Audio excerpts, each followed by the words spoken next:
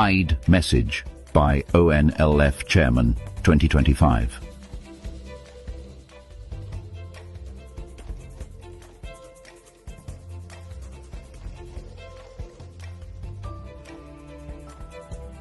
To the people of Ogaden, Somali State, the Somali nation, and all members and supporters of ONLF inside the country and abroad, on the blessed occasion of Eid al-Fitr, I convey to you my heartfelt greetings and sincere congratulations on behalf of the Ogaden National Liberation Front, ONLF.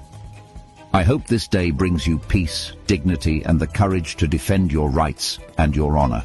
This Eid comes at a time when the Somali people in Ogaden are still struggling under difficult conditions, including brutal occupation, political repression, and systematic discrimination. Our people have endured persistent injustice for decades, showing patience, commitment, resilience, and a deep love for freedom. The long struggle for dignity and liberation is something we take pride in. ONLF members, both inside the homeland and in the diaspora, continue to show unwavering strength and determination. Eid is a day in which Muslims renew their covenant with God, remembering the importance of protecting their religion, their values, and their land. The month of Ramadan reminds us that victory comes through patience, perseverance, and unity. Today, while we celebrate with our families and communities, we also remember our national duty to safeguard Somali identity, to fight for our people's freedom, and to continue our efforts to restore the dignity of the Somali nation throughout the Horn of Africa. Let us mark this Eid by renewing our commitment to the cause through self-reliance, preparation, and effective action in line with ONLF's 2025 strategic plan. I call on all ONLF members, elders, youth, supporters, and the people we represent to unite and work collectively toward the national objective of liberating the Somali people in Ogaden, Somali State. With unity, discipline, and a clear vision, we will never forget the martyrs who gave their lives for the liberation of their people and land, the wounded, and the orphans. We remember you and continue working to ensure that your rights are fulfilled and that your sacrifices yield results. Our people have struggled for their freedom for over a century.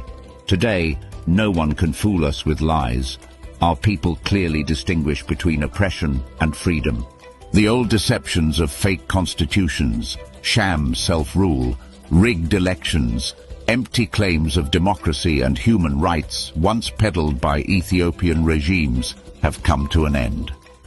Those who fail to unite and rely on their own strength are bound to be enslaved.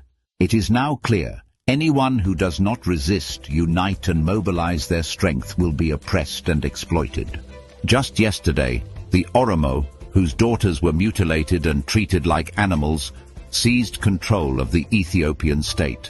Today, they seek to turn on us, their longtime allies in the struggle, to dominate us and take our land and resources. What humiliation is left beyond that? The Somali proverb says, "Every goat is slaughtered where it yields." If we fail to stand up, isn't it expected that others will exploit us?